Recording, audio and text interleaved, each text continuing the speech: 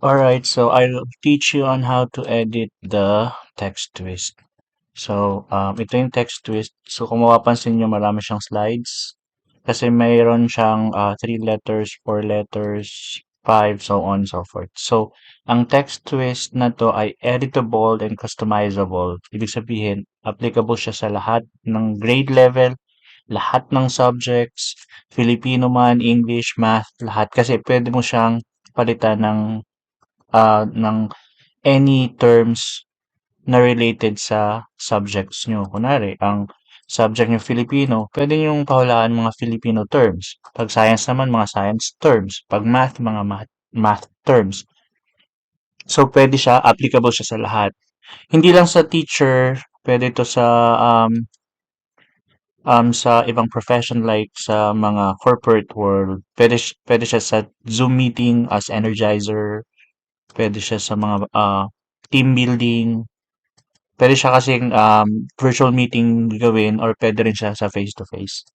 So, um, pwede rin to sa COT as mentioned earlier. Pwede mo siya ilagay kahit saang parts ng lesson plan mo. Pwede sa review, pwede siya sa main activity nyo.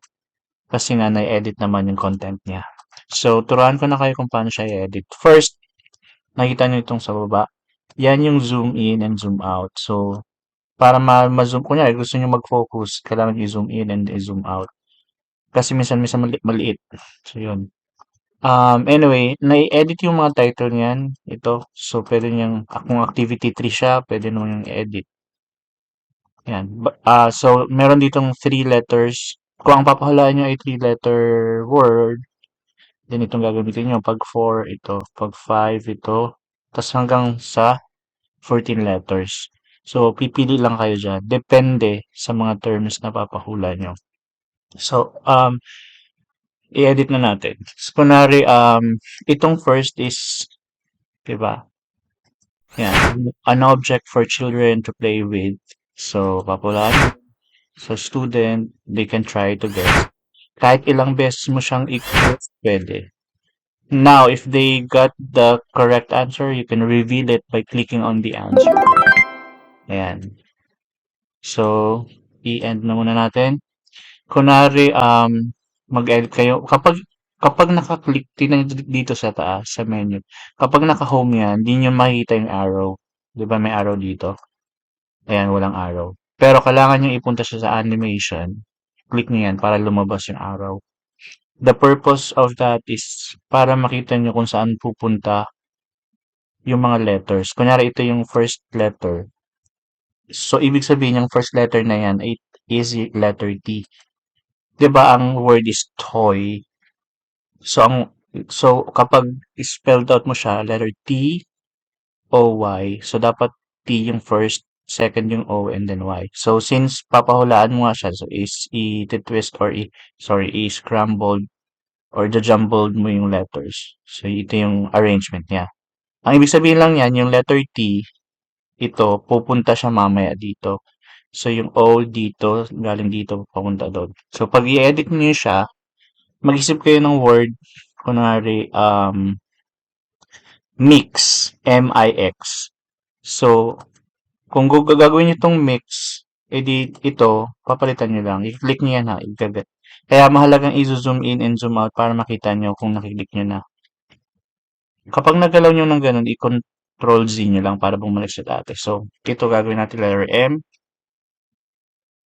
Ito naman, minsan naka-small letter siya. So, gawin nyo lang capital letter. So, mix. Ito yung letter M. So, ito. Sumunod naman is I. So, dito yon. So, susugin nyo lang yung ano. So, ito dapat I. And then, ito yung last letter which is X. Susugin nyo lang yan. So, Y. So, yan. Be careful sa pagpindot kasi minsan kapag pinindot nyo, iba yung napipindot nyo. Pag ganyan, hindi nyo ma-edit. Kailangan yung makita yung cursor ng nagbi-blink. Minsan, pag nag-type kayo, hindi ma-delete siya. For example, X. Ayan, dalawa na siya. Don't panic. Pwede mo naman ma-delete yan. Backspace lang, ganyan. So, ayan. So, check na natin. Twist. O, ayan. Pwede nyo twist. As I've told you, Kahit ilang beses mo i-twist, okay lang. So, answer. So, of course, kapag pinalitan niyo yan, dapat palitan niyo rin yung definition. Ang definition niyan dapat nung mix. Okay? So, ibalik na natin siya sa toy. Letter T, dito yung O. So, susugin mo lang yan. And then this is Y. So, same yung process kapag mahaba yung word like this, di ba? Makita niyo yung mga arrows. Isa-isahin niyo yan. So, pwede siyang mabago. Depende sa topic ninyo as sa terms. Ngayon, kung gusto niyo ilipat ito sa, for example, naka-open na yung main PowerPoint nyo, tapos kukunin nyo lang tong, di ba, ililipat dyan. Pwede lang naman yan copy and paste. Open tayo ng lesson template. For example, this one. So, um, wait lang natin ito. So, ito yung lesson mo. Kunwari, isisingit mo siya after prayer. Ayan, nasa prayer. Gusto mo sumunod siya dyan. So, ang gagawin mo is, punta ka dun sa text twist, ito. Dito ka mag-click sa left side. Kunwari ito. Copy mo lang yan. Copy. And then, punta ka dun. Tapos, dito mo siya ipipaste. Itong keep source formatting ang piliin mo para makopya niya lahat. Ayan. Pwede yun mano-mano, copy-paste, copy, para mapunta dyan. Or, kung gusto mo isahan, dito sa home, okay, click niyo yung home, tapos new slide, reuse slide. I-browse nyo lang yung text twist na pinanggalingan, kanya dito. Ayan, lalabas na siya dyan. So, kapag kinilik mo yung slide 2, slide 3, papasok yan dito sa PowerPoint mo na hindi mo na kailangang pumunta dun sa, ano, tapos copy-paste yan. So, yan. Ano pa bang tanong nyo?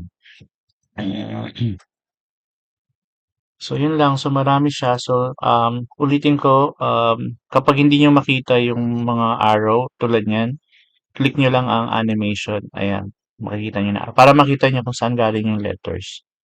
So, mano-mano rin yung pag-edit. So, applicable siya sa lahat ng subject topics. Kahit grade level from high school to elementary, pwede siya. Pwede rin siya sa mga Zoom meeting, um, parlor games, activity, pwede siyang in person, pwede sa lahat. Okay, thank you.